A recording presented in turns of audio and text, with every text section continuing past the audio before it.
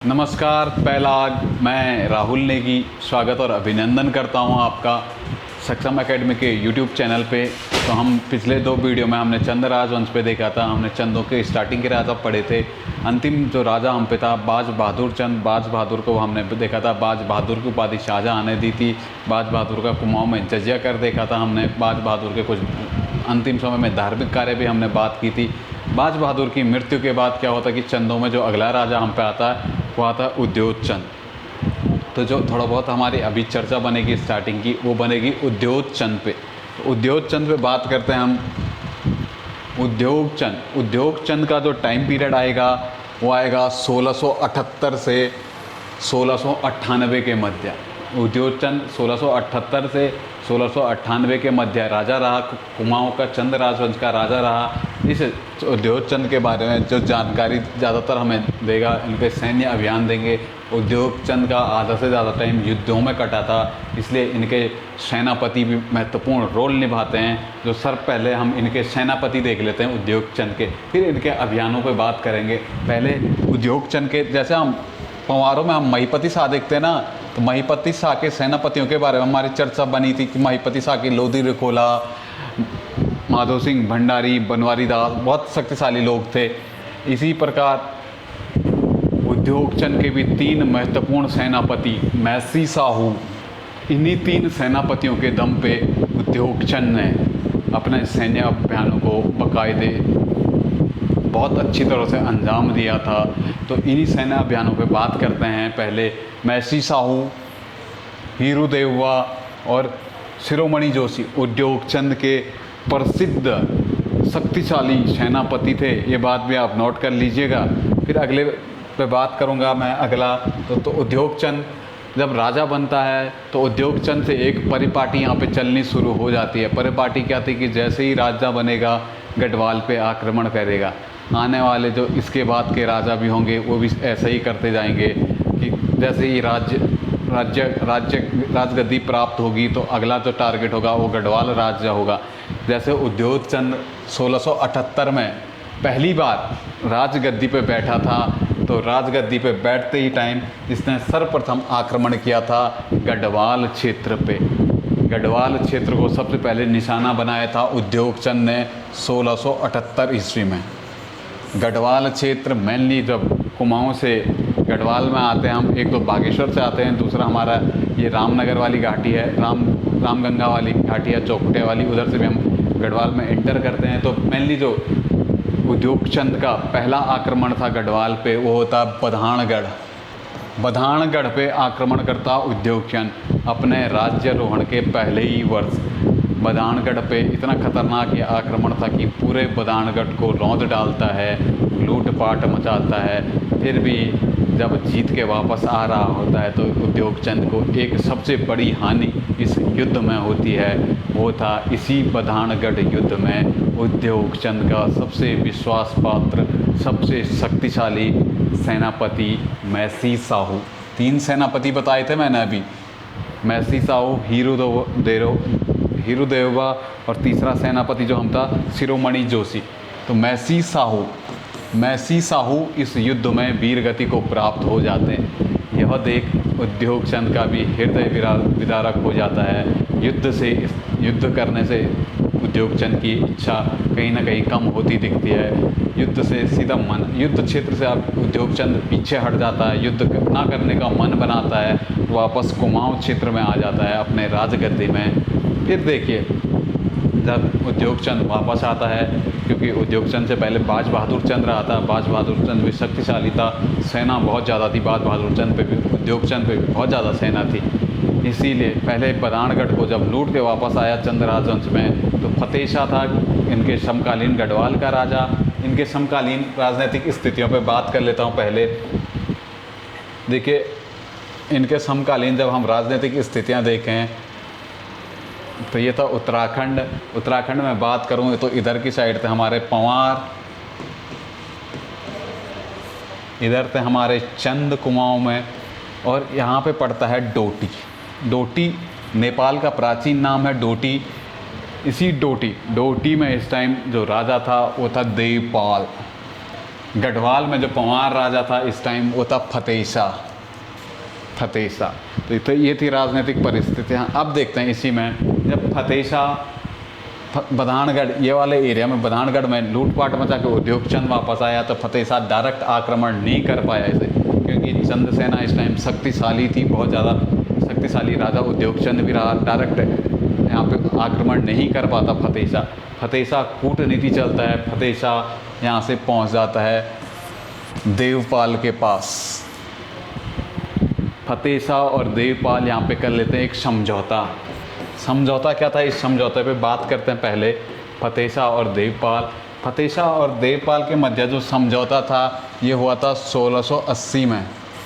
1680 में इन दोनों के मध्य समझौता क्या हुआ था कि इन्होंने कहा, देख तू भी भाई मैं भी भाई, दोनों भाई उद्योग चंद पे अटैक करते हैं, चंद राजवंश को जीतते हैं और 50-50 तेरा 50 मेरा, 50 तेरा 50 मेरा, दोनों आराम से उद्योग चंद को हरा देंगे। तो ये बात भी देवपाल भी मानता है, फतेह शाह भी मानता है। अब देखिए क्या होता कि 1680 में ही अब कुमाऊँ था, गढ़वाल और इधर है कुमाऊँ,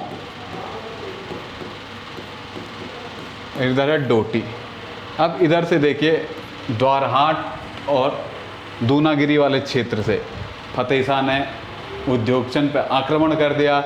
इधर से देखें तो चंपावत और ब्रह्मदेव वाले मंडी वाले साइड से आता है देवपाल, गोरखा सेना लेके देवपाल आता है, इधर फतेह शाह घुसता है। बड़ी असमंजस्य की स्थिति उद्योग चंद के लिए हो जाती है। फिर भी उद्योग चंद बड़ी सावधानी पूर्वक, बड़ी वीरता पूर्वक यहाँ पे लड़ता है। बद्रीदत्त पांडे तो यहाँ तक मानते हैं कि यह युद्ध 2 वर्षों तक चला था, जिसमें उद्योग चंद ने अपना जो क्षेत्र हारा था, इसने दूनागिरी और द्वाराहाट वाला क्षेत्र जो हारा था फतेह शाह से वापस लिया। फिर इधर की साइड ध्यान दिया, पूर्व में चंपावत और ब्रह्मदेव मंडी वाला जो क्षेत्र उद्योग चंद ने देवपाल ने जब उद्योग चंद से जीता था, फिर वो भी वापस ले आया।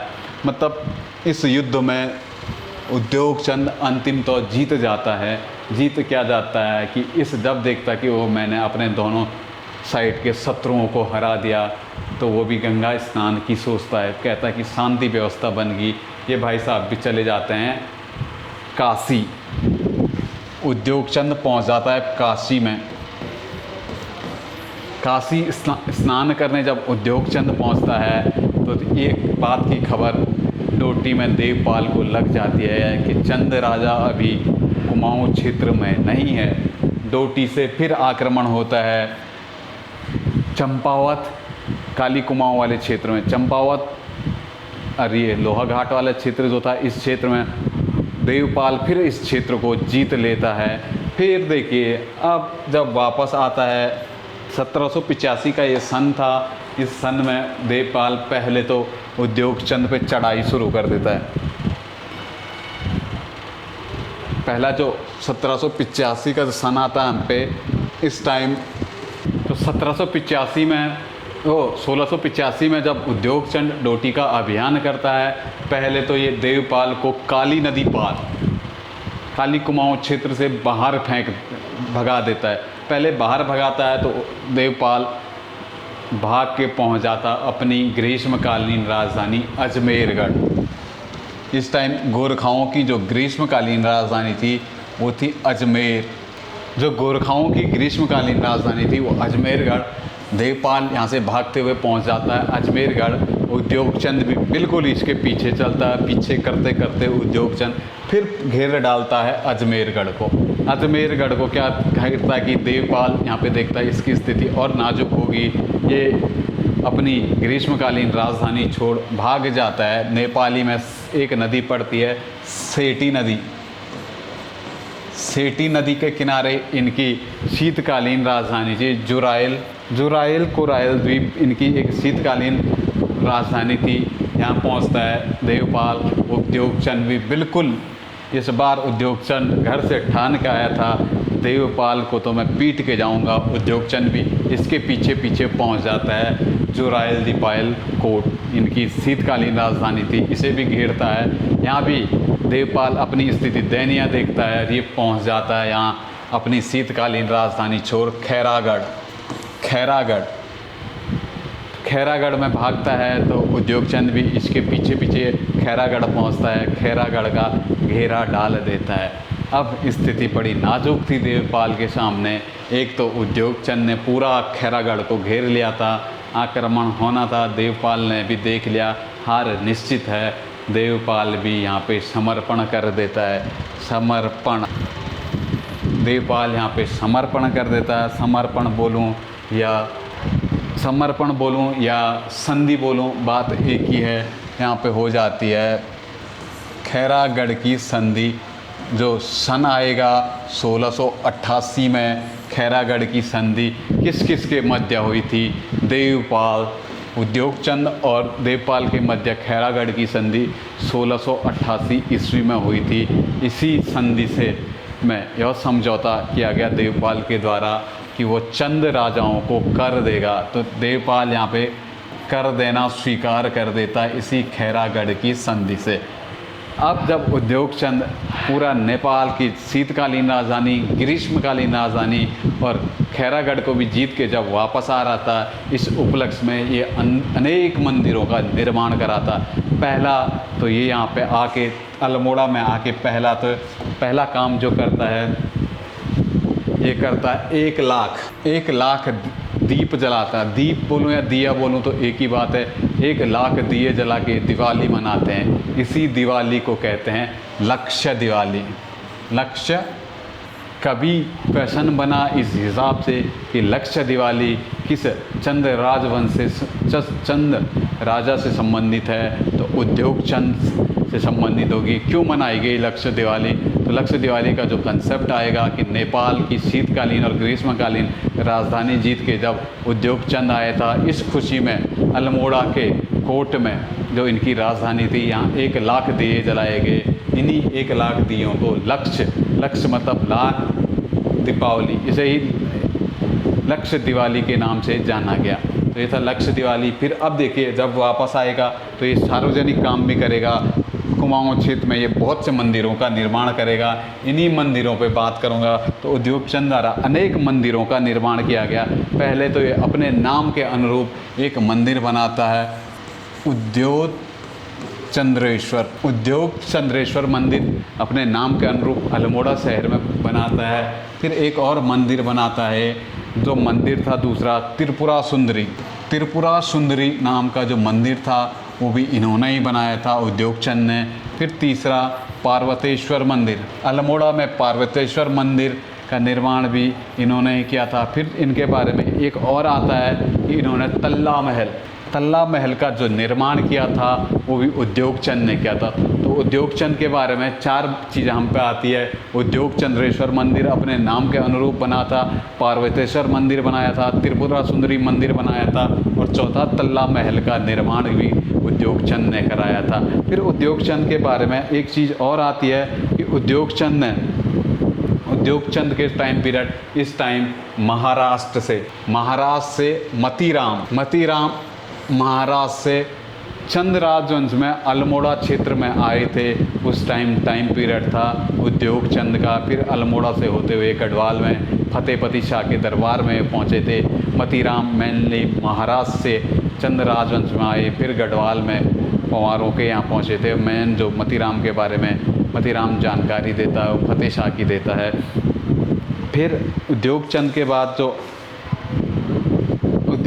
बारे में जो अंतिम टाइम पीरियड में उद्योगचंद के एक चीज़ हुई कि उद्योगचंद ने 1688 में खैरागढ़ की संधि की थी। देवपाल के टाइम पीरियड में खैरागढ़ की संधि में ये बात आई थी कि कुमाऊं को कर देंगे, चंदों को कर देंगे डोटी नरेश। तो 1796 में इंटरेस्टिंग घटना घटी कि डोटी के शासक ने कर देना बंद कर दिया। कहा वादा तो वादा होता, वादा हमने तोड़ दिया, अब हम कर नहीं दे रहे, बहुत कर दे दिया, हम क्यों दें अब चंदों को कर। इस बात से उद्योगचंद भी गुस्से में आ गया। थोड़ा बहुत कर मिलता था, राजस्व अच्छा चल रहा था उद्योगचंद का। उद्योगचंद ने कर दी डोटी पे पुनः चढ़ाई। अब की चढ़ाई उद्योगचंद को भारी पड़ गई, क्योंकि डोटी की सेना इस टाइम सुव्यवस्थित हो चुकी थी।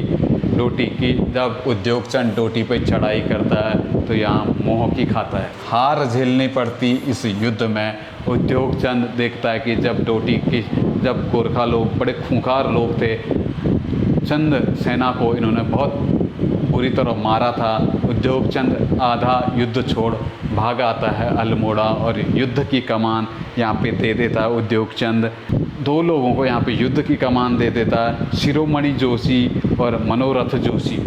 जोशी जो थे शिरोमणि जोशी, उद्योग चंद का बड़ा शक्तिशाली सेनापति था शिरोमणि जोशी, और दूसरा जो नाम हम पे आता है मनोरथ जोशी। जोशी ब्रदर्स को, इन दोनों को डोटी में युद्ध की कमान देकर अपने को वापस आ जाता है। बाद में इसी युद्ध में उद्योग चंद का मुख्य सेनापति शिरोमणि जोशी मारा जाता है और युद्ध उद्योग चंद की यहीं पे हार हो जाती। उद्योग चंद के 2 सेनापति महसी साहू बदानगढ़ में मारा था, जबकि शिरोमणि जोशी डोटी के विरुद्ध अभियान में 1696 में मारा गया था। अब उद्योग चंद वापस आता है तो कुछ नहीं, अब चुपचाप बैठ जाता है। इसके 2 वर्ष बाद ही उद्योग चंद की मृत्यु हो जाती है और अगला राजा जो हम पे आता है वो आता है ज्ञानचंद द्वितीय। ज्ञानचंद द्वितीय अगला राजा ज्ञानचंद द्वितीय। ज्ञानचंद द्वितीय का जो टाइम पीरियड आता है 1698 से 1708 तक, 1698 तक से 1708 तक इन्होंने शासन किया था चंद राजवंश में। गरुड़ कह रहा मैं, ज्ञानचंद द्वितीय। गरुड़ ज्ञानचंद पहला राजा था जो दिल्ली दरबार में गया था, जबकि ये ज्ञानचंद द्वितीय हैं। अलग अलग हैं दोनों, थोड़ा कन्फ्यूज ना हो तो बढ़िया है। अब देखिए इसका ज्ञानचंद द्वितीय का जो टाइम पीरियड आता है, पहले तो एक परिपाटी इसके पिताजी करके चले गए थे। जैसे ही राजगद्दी प्राप्त की, पहला आक्रमण कर दिया 1699 में गढ़वाल क्षेत्र में। गढ़वाल क्षेत्र भी कहाँ, जैसे इसके पिताश्री ने बदानगढ़ पे आक्रमण किया था, ज्ञानचंद ने भी बदानगढ़ पे आक्रमण कर दिया। बदानगढ़ में मैंने ये पिंडर घाटी को रौंदते हुए यहाँ की इष्ट देवी है नंदा देवी। नंदा देवी की स्वर्ण प्रतिमा यहाँ से उठा के ले आता है। नंदा देवी की स्वर्ण प्रतिमा उठा के ले आता है अल्मोड़ा। अल्मोड़ा में ये पार्वतीश्वर मंदिर में स्थापित करवा देता है इसे। बाद में अंग्रेज गवर्नर हम पे आते हैं ट्रेल इस मूर्ति को वर्तमान नंदा देवी परिसर में स्थापित करवाते हैं। तो ये था नंदा देवी से संबंधित हम पे फैक्ट। पहले तो ज्ञानचंद द्वितीय पिंडर घाटी से स्वर्ण नंदा देवी की स्वर्ण प्रतिमा लेकर आता है। इससे पहले भी हम पे जो राजा थे वो भी पिंडर घाटी पे आक्रमण कर चुके थे, इनके पापा। फिर देखिए अब क्या होता कि ज्ञानचंद जब आक्रमण करता है तो फतेह शाह इसका मुँह तोड़ जवाब देता। फतेह शाह भी दोबारा मनीला सल्ट वाले क्षेत्र में आक्रमण कर देता। फिर ज्ञानचंद आक्रमण करता, फिर फतेह शाह। इस टाइम गढ़वाल और कुमाऊँ के बीच लगातार युद्ध होते जाते हैं। पंवार राजवंश में फतेह शाह के वीडियो में मैं ये सारे युद्धों के बारे में बात कर चुका था। तब भी एक और युद्ध हम पे जो थोड़ा बहुत इम्पोर्टेंट हो जाता है, दुधौली का युद्ध। दुधौली का युद्ध 1703 में दुधौली का युद्ध हुआ था। ये युद्ध दुधौली गैरसैंण से थोड़ा आगे जाएं, महल चौरी के आसपास वाले क्षेत्र में एक जगह पड़ती दुधौली। इसी क्षेत्र में ज्ञानचंद द्वितीय और फतेह शाह की सेना आमने सामने हुई थी। इस युद्ध में ज्ञानचंद द्वितीय विजयी रहा, मतलब चंद राजा विजयी रहा। फतेह शाह को इस युद्ध में हार मिली थी। फिर ज्ञानचंद उत्साहित होकर अब कुमाऊँ लौटता है। अब इसे पता था कि इसके पिताजी अंतिम टाइम पीरियड में डोटी से हारे थे, ये भी इसके दिल में थी। अब गढ़वाल तो जीत लिया था इसने आधा। अब ये अगला जो अभियान करता है, ये अभियान होता है डोटी का अभियान। 1704 में ज्ञानचंद डोटी पे आक्रमण कर अपनी पिता की हार का बदला लेता है। ये डोटी पे आक्रमण करता है, डोटी को जीतता है और अपनी पिता उद्योग चंद यहाँ पे हारा था। शिरोमणि जोशी यहाँ पे उसका सेनापति मारा जाता था। इस बात का इस ज्ञानचंद द्वितीय के दिल में भी आघात था ये भी। अब जब शक्तिशाली शक्ति इकट्ठा करके, सेना इकट्ठा करके 1704 में डोटी पे आक्रमण करता है, डोटी को पूरी तरह परास्त करता है ज्ञानचंद द्वितीय। फिर ज्ञानचंद द्वितीय के बारे में और जानकारी जो आएगी कि ज्ञानचंद थोड़ा लास्ट टाइम पे धार्मिक कार्य भी ज्ञानचंद ने किया। धार्मिक कार्य क्या किया ज्ञानचंद ने धार्मिक कार्यों में बात करूं तो कुमाऊं में एक घाटी पड़ती है कत्यूर घाटी। इसी कत्यूर घाटी में ज्ञानचंद द्वितीय ने 2 फेमस मंदिर, जैसे गढ़वाल में है ना बद्रीनाथ और केदारनाथ, तो अल्मोड़ा के कुमाऊं अल्मोड़ा का बद्रीनाथ, अल्मोड़ा में बद्रीनाथ और मंदिरों का निर्माण करवाया। जो ये 2 मंदिर का निर्माण कराया, ये कत्यूर घाटी में बद्रीनाथ और केदारनाथ मंदिर का निर्माण जो कराया था वो कराया था ज्ञानचंद द्वितीय ने। फिर ज्ञानचंद द्वितीय इस तराई क्षेत्र में भी आता है। अब तराई क्षेत्र में ये आम के बगीचे, तराई क्षेत्र में भी खेती के लिए आम के बगीचे की शुरुआत भी जो करता है वो ज्ञानचंद द्वितीय करता है। फिर ज्ञानचंद जब मंदिर बना रहा था तो इन्हीं मंदिरों को उस टाइम देवल या ध्योल के नाम से ये मंदिर जाना जाते हैं। उद्योगचंद और ज्ञानचंद द्वितीय के द्वारा बनाए गए मंदिरों को देवल या ध्योल के नाम से जाना जाता है। इस बात को भी थोड़ा बहुत नोट कर लीजिए। उद्योगचंद और ज्ञानचंद द्वितीय के टाइम पीरियड में जो मंदिर बने थे इन्हें ध्योल या देवल के नाम से जाना जाता था। ये थे ज्ञानचंद द्वितीय के बारे में जानकारी। अब जो अगला राजा आएगा चंद राजवंश में, इनका टाइम पीरियड स्वर्ण काल माना जाता है कुमाऊं का, तो इसी राजा पे थोड़ा बहुत चर्चा कर लेते हैं। अगला राजा हम पे ज्ञानचंद द्वितीय। ज्ञानचंद द्वितीय के बाद जो राजा आएगा जगतचंद का टाइम पीरियड 1708 से 1720 के मध्य जगतचंद का टाइम पीरियड रहा था। जगतचंद से पहले ज्ञानचंद के टाइम पीरियड में देखें तो गढ़वाल और कुमाऊं के लगातार युद्ध हुए थे। फिर इसी में कुमाऊं का स्वर्णकाल किस चंद शासक के टाइम पीरियड को कहते हैं तो जगतचंद। स्वर्णकाल क्या होता है? स्वर्णकाल जिस टाइम पीरियड में राजनैतिक, आर्थिक और सामाजिक विकास सबसे ज़्यादा होता है उस टाइम पीरियड को कहते हैं स्वर्णकाल। तो चंदों में जो राजनैतिक, आर्थिक, सामाजिक विकास सबसे ज़्यादा हुआ था वो हुआ था जगतचंद के टाइम पीरियड में। इसीलिए जगतचंद के टाइम पीरियड को कुमाऊं का स्वर्णकाल कहा जाता है। क्यों? क्योंकि इसने गढ़वाल पर आक्रमण किया था, श्रीनगर तक को लूट लिया था जगतचंद ने।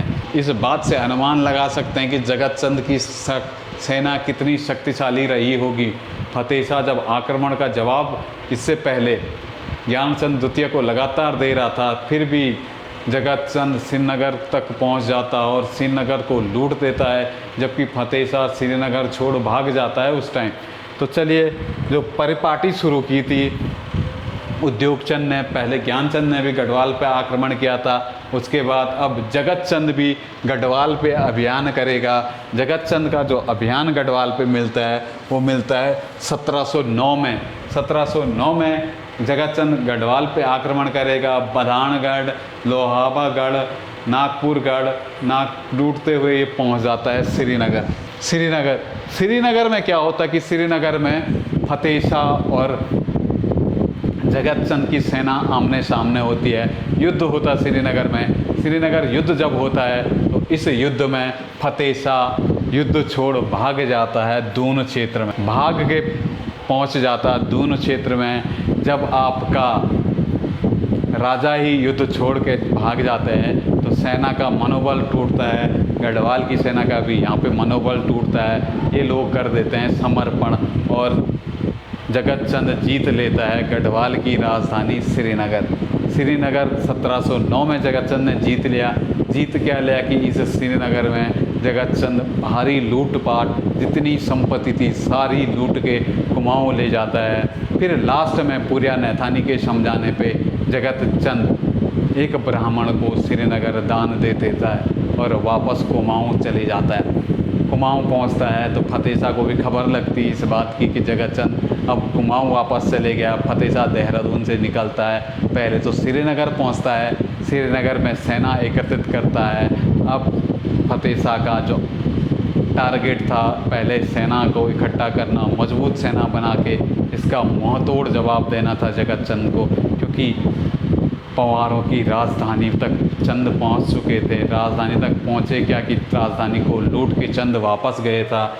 इसीलिए फतेह शाह इसका जवाब देता है। फतेह शाह जवाब क्या देता है कि 1710 में फतेह शाह सेना लेके पिंडर घाटी से कत्यूर घाटी, फतेह शाह कत्यूर घाटी पहुंच जाता है। कत्यूर घाटी में जीत के यहाँ एक राजस्व ग्राम था जहाँ से सबसे ज़्यादा राजस्व प्राप्त होता था, वो था गढ़सार ग्राम को फतेह शाह बद्रीनाथ मंदिर के लिए दान कर देता है। गढ़सार ग्राम को फतेह शाह बद्रीनाथ मंदिर के लिए दान कर देता है। इससे जो राजस्व मिलता था वो बद्रीनाथ के लिए समर्पित था। ये था फतेह शाह और जगत चंद के मध्य। फिर जगत चंद, मुग़ल दरबार से भी जगत चंद के संबंध अच्छे रहे थे।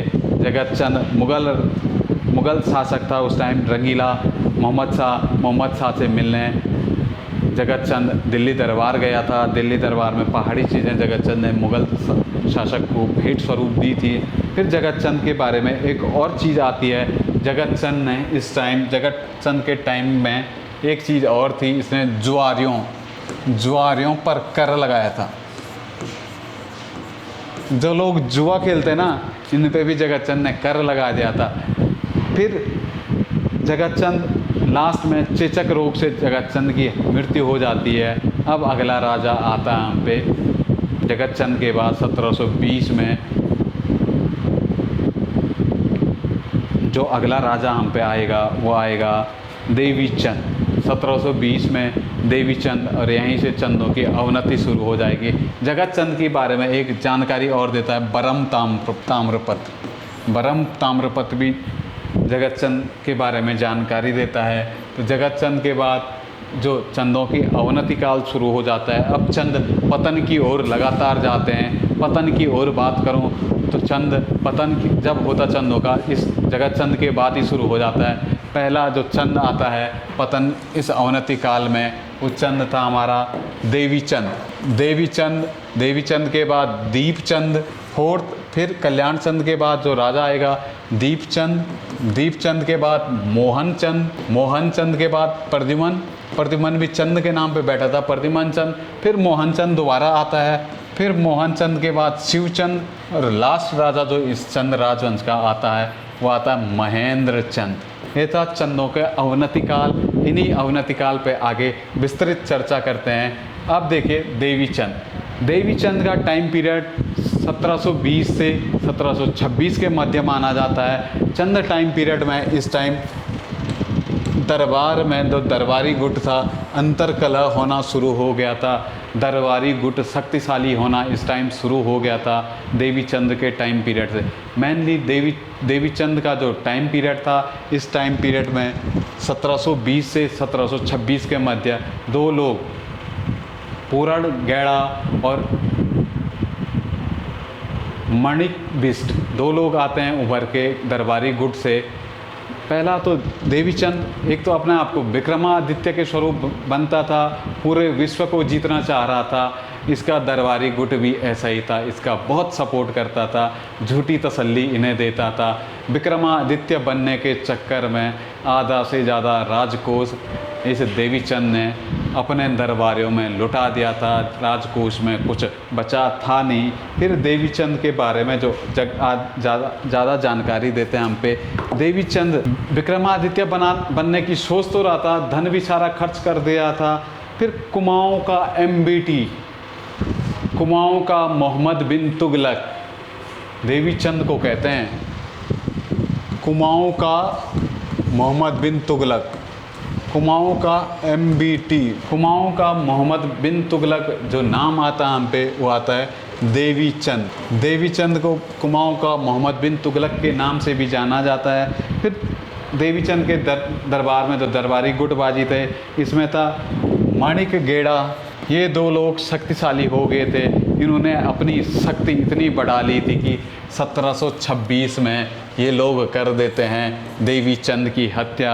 अब देवी चंद की हत्या जब होती है तो जो अगला राजा आता है, यही लोग अगला राजा बैठा देते हैं, अजीत चंद। तो अजीत चंद पे बात करते हैं। अजीत चंद का टाइम पीरियड बहुत छोटा रहा था। 1726 से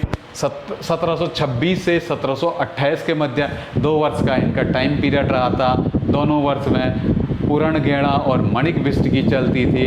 इसी कारण इसे गैड़ागिर्दी जो था, पूरणगेड़ा और मणिकबिष्ट की जो दादागिरियाँ थी, इसे गैड़ागिर्दी के नाम से जाना जाता था। अजीत चंद के टाइम पीरियड में ये सर्वाधिक थी। इन्होंने इतनी हत्याएं उस टाइम की, इतनी लूटपाट की, इतना अपने राजकोष का गबन किया। इसी कारण इस अजीत चंद के शासनकाल को गैड़ागिर्दी का शासनकाल कहा जाता है। गैड़ागिर्दी एक आतंक कलित एक शासन था इन दोनों का। बस अजीत चंद के बारे में यही चीज़ हम पे आती है। बहुत छोटा टाइम पीरियड था। अब अजीत चंद के बाद ये लोग बैठा देते हैं कल्याण चंद को। कल्याण चंद 1730 से 1748 के मध्य कुमाऊं का राजा रहा था। चंद राजवंश का राजा कल्याण चंद रहा था। कल्याण चंद एक अनपढ़ राजा था, जो ये पढ़ा लिखा नहीं था। कुमाऊं का अनपढ़ राजा कल्याण चंद, कुमाऊं का मोहम्मद बिन तुगलक, देवी चंद, इन 2 बातों को नोट कर लीजिएगा। फिर इसके बारे में जो चीज़ें आती है, कल्याण चंद नाम ही कल्याण चंद चतुर नाम से याद रखना। चौमल्ला महल, अल्मोड़ा में चौमल्ला महल 4 मंजिला ये महल था, इसलिए इसे चौमल्ला महल कहते हैं। चतुर्थ से याद रखना, 4 मंजिला महल चौमहल्ला महल। चौमहल्ला महल का निर्माण भी जो कराता है वो कल्याण चंद कराता है। कल्याण चंद के टाइम पीरियड में एक और चीज़ हो जाती है इस क्षेत्र में आ जाते हैं रोहेला आक्रमण जो होता अली मोहम्मद खां, रोहेला सरदार था इस टाइम अली मोहम्मद खां के नेतृत्व में रोहेला आक्रमण अल्मोड़ा पे होता है। रोहेला लोग अल्मोड़ा को जीत लेते हैं। अल्मोड़ा के सारे मंदिरों को ये लूट लेते हैं। कल्याण चंद्र भी भाग यहाँ से खड़ा होता है, यहाँ पे पहुँच जाता है लोहाबागढ़ गैरसैंण के पास स्थित लोहाबागढ़ है। यहाँ पे कल्याण चंद शरण लेता है। शरण किसकी लेता है? इस टाइम पंवार राजा था प्रदीप शाह कल्याण चंद को शरण देता है। रोहेला लोग पंवार राजवंश में भी आक्रमण करने की सोचते हैं, लेकिन प्रदीप शाह यहाँ पे समझौता कर लेता है। समझौता क्या करता है कि प्रदीप शाह रोहेलाओं को कर देना स्वीकार करता है और चंदों की भी सहायता प्रदीप शाह करता है। 1 लाख का युद्ध हर्जाना प्रदीप शाह यहाँ पे देता है और रोहेला लोगों को शांत कराता है। रोहेला लोग इस टाइम कटारमल मंदिर की भी मूर्तियाँ लूट के यहाँ से ले गए थे। कटार मंदिर को भी इन्होंने खंडित किया था थोड़ा बहुत। फिर कल्याण चंद के बारे में जो आता है, इनका वजीर इस टाइम था शिवदेव जोशी इनका वजीर था उस टाइम। कल्याण चंद का वजीर था शिवदेव जोशी जब इनका वजीर था तो इनके बाद इनका पुत्र आता है दीपचंद अवयस्क था, तो दीपचंद का जो संरक्षक भी था वो था शिवदेव जोशी। दीपचंद का संरक्षक भी शिवदेव जोशी था। इसी कारण शिवदेव जोशी को कुमाऊं का शिवाजी या कुमाऊं का बैरम खां, शिवदेव जोशी के जो नाम आते हैं, कुमाऊं का बैरम खां कौन था? बैरम खां अकबर का संरक्षक था। इसी प्रकार दीपचंद का जो संरक्षक था शिवदेव जोशी था। इसी से तुलना करके इसे कुमाऊं का बैरम खां की जो उपाधि दी जाती है वो शिवदेव जोशी को दी जाती है। एक और उपाधि शिवदेव जोशी को दी जाती है, कुमाऊं का शिवाजी। तो ये थी शिवदेव जोशी के बारे में। फिर कल्याण चंद चतुर्थ ने मुग़ल दरबार में भी दस्तक दी थी। ये मुग़ल राजा उस टाइम था मोहम्मद शाह रंगीला से भी कल्याण चंद दरबार में मिला था। तो कल्याण चंद के बारे में ये थी जानकारी। 1748 में कल्याण चंद की हो जाती है मृत्यु। तो तो कल्याण चंद के बारे में जानकारी क्या क्या मिलती है इसके टाइम पीरियड। पहला तो ये अनपढ़ राजा था। दूसरी चीज़, इसके टाइम पे रुहेलखंड से आक्रमण हुआ था अली मोहम्मद खां के नेतृत्व में 1743 में। इन्होंने कुमाऊँ को खूब लूटा था। प्रदीप शाह ने इस टाइम कल्याण चंद चतुर्थ की सहायता की थी। इसी कारण हम कहते हैं कि कल्याण चंद्र चतुर्थ के टाइम पीरियड में कुमाऊँ और गढ़वाल के संबंध मैत्रीपूर्ण थे। अब जो अगला राजा कल्याण चंद के बाद आता है वह आता है इनका पुत्र दीपचंद का टाइम पीरियड।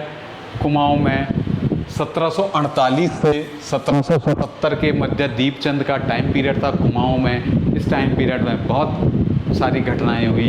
इन्हीं घटनाओं पे बात करते हैं। पहले तो दीपचंद का संरक्षक, जब दीपचंद अवयस्क अवस्था में राजा बनता है तो इनका संरक्षक शिवदेव जोशी रहता है। शिवदेव जोशी इनका संरक्षक था। फिर शिवदेव जोशी के भी उपनाम बता दिए मैंने, कुमाऊँ का बैरम खां और कुमाऊँ का शिवाजी। फिर दीपचंद के टाइम पीरियड में सबसे महत्वपूर्ण घटना होती है पानीपत का तृतीय युद्ध। मोहम्मद शाह अब्दाली और मराठों के मध्य इस टाइम हरियाणा के पानीपत क्षेत्र में पानीपत का तृतीय युद्ध हो जाता है और इस युद्ध में दीपचंद भी कूद पड़ता है। दीपचंद मराठाओं के विरुद्ध मोहम्मद शाह अब्दाली की सहायता करता है। 5000 की सेना दीपचंद यहाँ पे भेजता है। तो कभी भी क्वेश्चन बनता है कि जब पानीपत का तृतीय युद्ध हुआ था इस टाइम चंद राजा कौन था? तो चंद राजा इस टाइम था दीपचंद। फिर दीपचंद का टाइम पीरियड यही था। दीपचंद ने एक चीज़ और की थी। दीपचंद ने जागेश्वर मंदिर में अपनी और अपनी पत्नी सिंगार मंजरी की मूर्ति स्थापित कराई थी जागेश्वर मंदिर में दीपचंद ने। दीपचंद के बाद दीपचंद का एक चाचा या चचेरा भाई था मोहन चंद। 1777 में मोहन चंद दीपचंद को अपदस्थ कर दीपचंद की हत्या कर चंद राजवंश की गद्दी हड़प लेता है। और इसी दीपचंद का इस टाइम जो वजीर था वो था हर्षदेव जोशी। दीपचंद का इस टाइम वजीर था। दीपचंद की हत्या हो जाती है। हर्षदेव जोशी को बंदी बना लिया जाता है और कुमाऊँ में जो राजा बनता है मोहन चंद। अगला कुमाऊँ का राजा था मोहन चंद के बारे में कुछ ज़्यादा जानकारी मिलती नहीं। मेनली जब हर्षदेव जोशी को बंधक बना लेते हैं, हर्षदेव जोशी किसी तरह छूट के गढ़वाल राज्य में आता है। गढ़वाल में इस टाइम था ललित शाह के साथ मिलके ये कुमाऊँ पे आक्रमण करते हैं। मोहन चंद और ललित शाह के मध्य बगवाली पोखर का युद्ध होता है। इस युद्ध में गढ़वाल का सेनापति प्रेमानंद खंडूरी और कुमाऊनी सेना का सेनापति था लाल सिंह मोहन चंद का चाचा भी था। इस युद्ध में कुमाऊनी सेना पराजित होती है। हर्षदेव जोशी ने कुमाऊँ के गढ़वाल की सेना की सहायता की थी। अब देखो कुमाऊँ को पंवार लोग जीत लेते हैं और यहाँ पे ललित शाह बैठा देता अपने छोटे बेटे प्रद्युमन शाह को प्रद्युमन चंद के नाम पे कुमाऊँ की राजगद्दी पे। और मोहन चंद यहाँ से कुमाऊँ छोड़ भाग जाता है रुहेलखंड की ओर। अब जो कुमाऊँ में अगला राजा था वो था प्रद्युमन चंद। बद्रीदत्त पांडे जी प्रद्युमन चंद को एकमात्र राजा मानते हैं जो मध्यकालीन गढ़वाल में जिसने कुमाऊँ पे भी राज्य किया था, गढ़वाल पे भी राज्य किया था। केवल एक ही राजा हुआ मध्यकालीन गढ़वाल में, वो था प्रद्युमन चंद। प्रद्युमन चंद भी ललित शाह प्रद्युमन चंद को गद्दी पे बैठा के गया था। गद्दी पे बैठाया तो जैसे ही ललित शाह वापस जा रहा था दुलड़ी नामक स्थान पे ललित शाह की मृत्यु हो जाती है। तो प्रद्युमन चंद का सौतेला भाई इस टाइम जयकीर्त शाह था। जयकीर्त शाह गढ़वाल की गद्दी पे बैठ जाता है। प्रद्युमन और जयकीर्त की बिल्कुल बनती नहीं थी, इस कारण आक्रमण होते रहते थे। प्रद्युमन शाह के टाइम पीरियड में गढ़वाल पे एक आक्रमण हुआ था 1785 में हर्षदेव जोशी के नेतृत्व में श्रीनगर पे, क्योंकि जोशी लोगों ने आक्रमण किया था, श्रीनगर में भारी लूटपाट की थी। इन्हीं जोशियों के नाम पे इसे कहते हैं जोशियाड़ी कांड। जोशियाड़ी कांड के नाम से इसे उल्लेखित किया गया है। बाकी पंवार राजवंश की जो वीडियो थी, इस वीडियो में मैं बता चुका था। अब क्या होता कि ललित जाकिर शाह की मृत्यु हो जाती तो प्रद्युम्न शाह कुमाऊँ को हरदेव जोशी को दे देता है। गढ़वाल पे आता है हरदेव जोशी।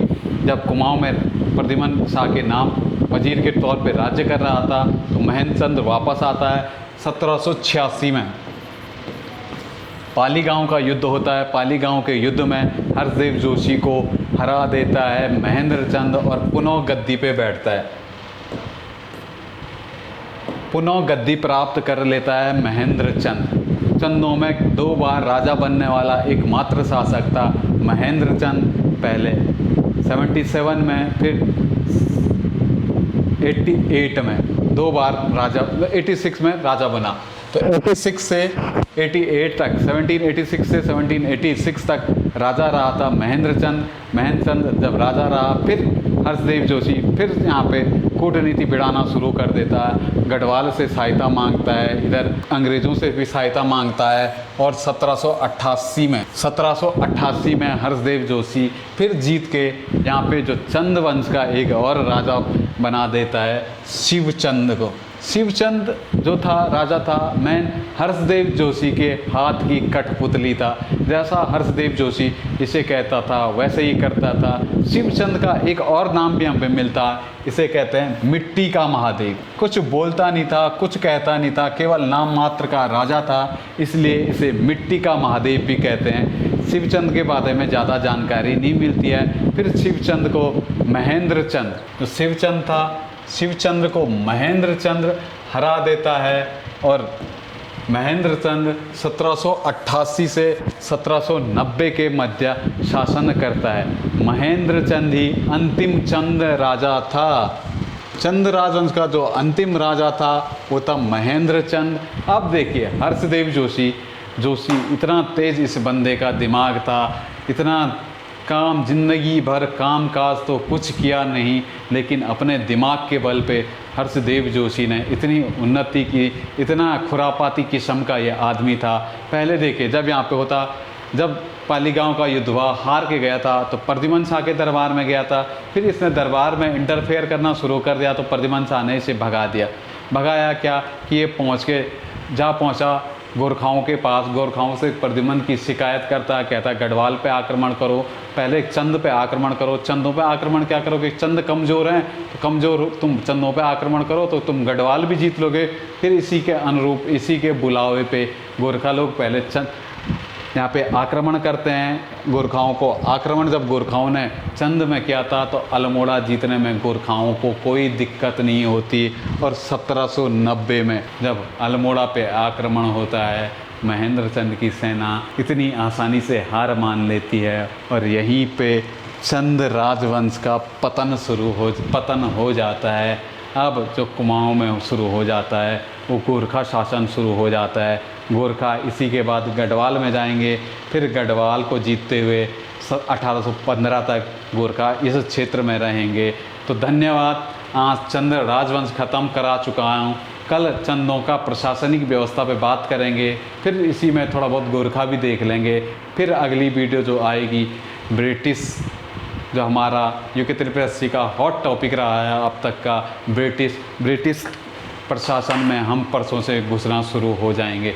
धन्यवाद दोस्तों, इसके लिए मिलते हैं जल्दी। फिर एक बात और बता दूं, सक्षम एकेडमी की धरमपुर शाखा में Hindi Maninder sir special batch Hindi का शुरू हो रहा है 16 तारीख से। आप लोग जिनका हिंदी में अच्छा स्कोर नहीं है, जिन्होंने कभी, छोटे भाई जो हमें देख रहे हैं, जिन्होंने कभी हिंदी नहीं पढ़े, तो वो लोग जुड़ सकते हैं। सुबह 9:30 बजे से हिंदी का बैच, स्पेशल बैच शुरू हो रहा है, जो कि यूके त्रिपसी के सिलेबस बेस पे होगा। मेनली जो 20 नंबर की हिंदी है, इसे ही टारगेट इस बैच में किया जाएगा। तो धन्यवाद, मिलेंगे जल्दी।